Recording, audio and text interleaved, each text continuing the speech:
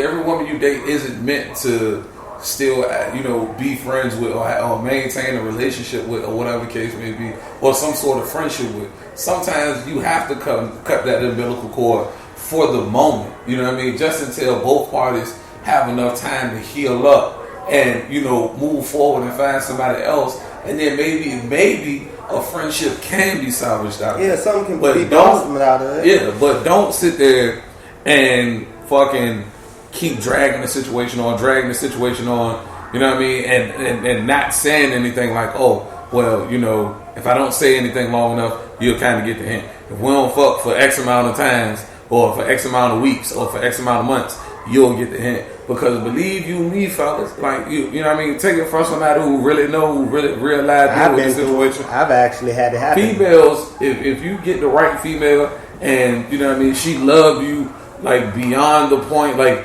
you know how when you flying and they tell you there's a no safe return zone or some shit like that. Yeah. You know what I mean? Then you have that with females. I can't remember like what the fuck the name of it is. No fly zone. Yeah, no. It's not a no fly zone. It's like past the point of no return. Yeah. That's what it is. Like you're going into the Bermuda Triangle. Yeah, and that's why women love is like niggas gotta understand like when you break past that fucking barrier that every woman have, that exterior that motherfucking women love to like shut niggas down with. When you break past that and you in her heart of all hearts and you in her mind of all minds, nigga, you can disappear for a year fucking straight. Yeah. But see, and come back and be hitting them cakes like shit. I was just in there yesterday. What's happening? But the thing that, but if you don't square that shit, like if you don't like kill all thoughts of what's the word I'm looking for?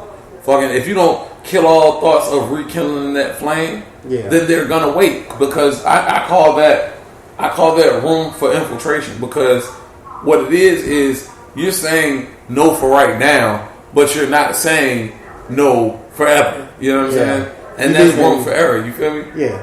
And with that, I say it like this. I've been in a situation when I've been broken up with and didn't even know I was broken up with until a situation happened and I was accused of being a father type shit. And I was like, damn, I ain't heard from this motherfucker in months, in a couple weeks.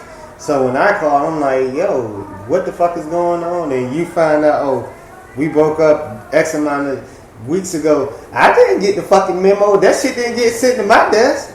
But what I'm saying is, like, you gotta be mindful and look at the signs and understand where that shit is going, because there was plenty of signs in my face. I chose to ignore.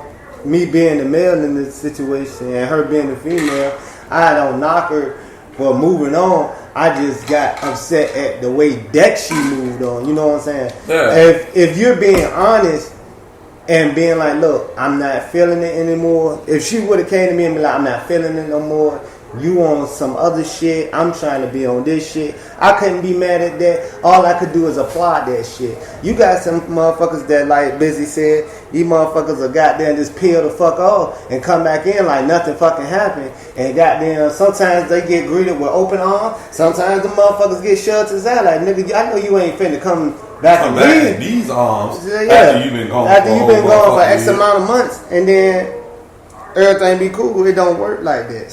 And to add to that, you know what I mean? Like I was involved in another situation where, it started off as a, friends with benefits kind of thing, and you know what I mean? It progressed into something similar to a relationship, but not exactly shenanigans. But to illustrate it a little bit better, you know what I mean? Like it progressed into something that was similar to a relationship, but not exactly. And the reason why I bring this up is because, ladies, I can't stress to y'all enough. Listen to your nigga.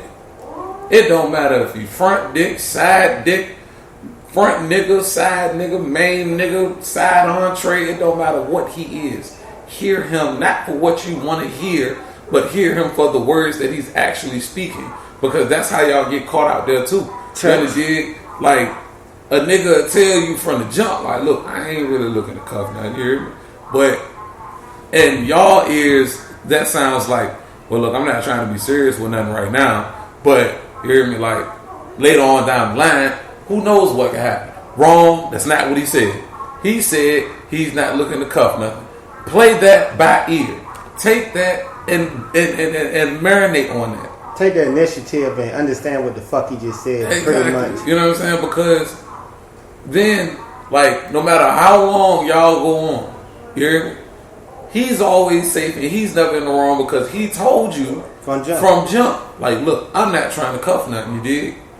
Now, what you fabricate and illustrate and demonstrate on your own time, in your own mind, that's on you. Yeah, because you falling into your own depth trap. Yeah, I mean, like, he's not responsible in no way, shape, or form for what you sell, with the dream you sell yourself.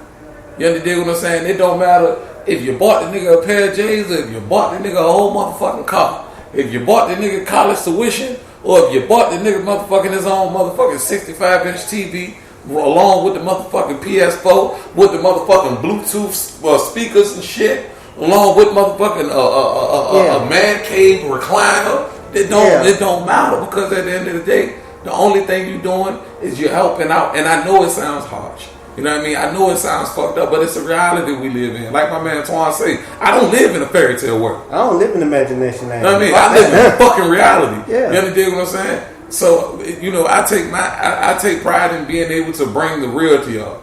And like I said, the real is hear your nigga for the words that he's speaking, not the ones that you want him to say.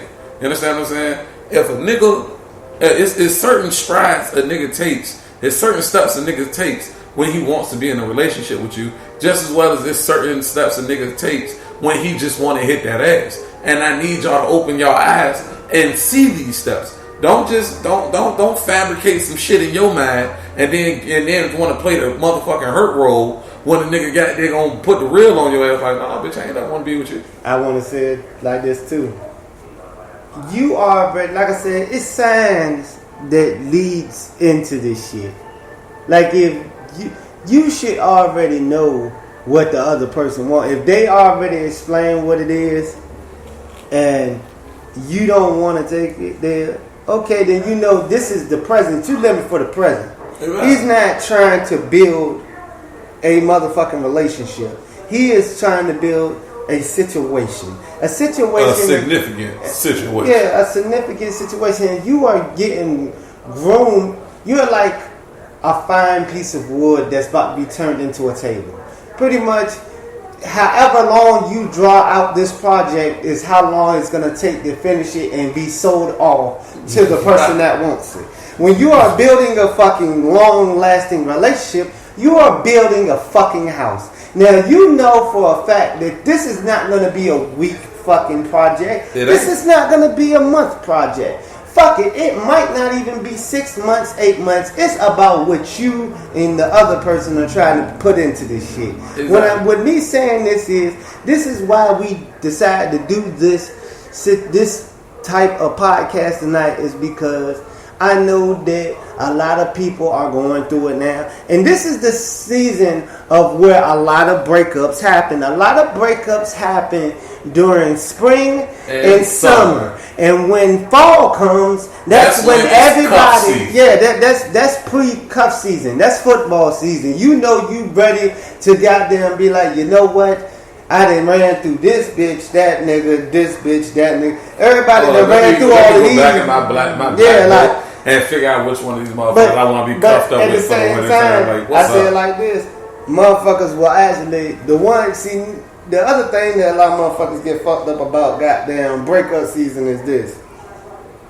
Some motherfuckers actually keep at least one motherfucker on both sides, male and female. They keep one motherfucker, they be like, yeah, I'm going to keep him around because keep him or her around until goddamn cuff season, then we're going to see how this shit rock out. But then you have the rest of the motherfuckers that just they burn all their bridges and go get somebody new by the time wintertime come around. Because because they don't feel like dealing with the bullshit. Yeah, like you will deal with certain shit up until it's time to cuff. Right. So you would rather just motherfucker be like, see me personally, I burn bridges with all my exes, and sometimes we build a friendship after it. Sometimes we fucking don't. But I know exactly why the fuck I burn bridges with your ass in the first place, because I don't want to run back to you or you run back to me on some shit like we owe each other something. We don't owe each other shit. We came in with what we had. We left out what we got there came in with. Ain't no sense of fucking you calling me or you texting my homeboy or texting my goddamn godmama like, oh, I need this nigga to return this and come get this. And let me tell you something. Fuck that. You can keep that shit if it ain't worth shit. If it's clothes or whatever the fuck it is, bitch, I only goddamn keep a bag to leave out anyway. I don't put a lot of, but what I'm getting to is like, you gotta understand, when you know you in these situations of planning for the future, you got to know how much you are willing to goddamn put in and get rid of. You don't need to be thinking that you're gonna be pretty much trying. You don't need to hang on to the extra baggage of past relationships, pretty much. Agreed. You know what I'm saying? And because it comes with problems. The other thing I want to say is, I got to go back to this scenario because it's something that I really got to get in depth with. Ladies. Like I said before, hear your mate. Don't hear them for what you want to hear. Hear them for what they're saying. You know what I'm saying? Because at all roads end, females got this thing where it's a nice drug that exists at some point, and every female, when it comes to a certain nigga, you know what I'm saying? You dig what I'm saying? And you know, all females know when they dealt with this drug before, because what'll happen is they'll feel like something's different about this guy. He says something that the other ones just ain't saying. He's doing something that the ones previous to this one, just ain't doing. You know what I'm saying? Or they feel like, oh, I ain't never had this before. Now, I'm going to give this drug a name. It's called I Can Change Him. Oh, yeah. That's, you know what I mean? It's real. Like, it's really real. I'm going to tell you like this. I did a podcast when you was on vacation. I called this shit, Pussy is a fucking drug. Okay? Dick is a drug, too. No. Hold on. It's not dick. It's dick presentation. Yeah. There's a difference. See, at the end of the fucking road, someone gets addicted to the other person because the sex could be phenomenal as shit, but the motherfucker could not be hitting on nothing. This person won't have a job or none of that shit. Or the person could be motherfucking just something that they ain't used to dealing with. Yeah. And the sex could be whack. Yeah, that's what I'm about to say. Because they're, you know what I mean? Because the broad has this drug in her motherfucking veins called I Can Change Him. You have to dig what I'm saying? Like, they'll do shit like, the nigga will tell you like, man, look, I'm trying to be with you. But then he'll do some shit like leave his phone open. And then you go through his phone. That's almost every broad does. And see some shit that he'd text to the next bitch in the last couple days. Oh, I want to be with you too. Pause. Ain't that what he just told you? Yeah. Then you go deeper in the phone. Man, I'm just with her for motherfucking, financial purposes. Pause. Ain't that what he just told you about the same bitch? Yeah. Now, here's the thing. You know who you dealing with. You understand what I'm saying? Yeah. You know who you dealing with because niggas move one of two ways. Well, one of four ways. You got the straight up nigga.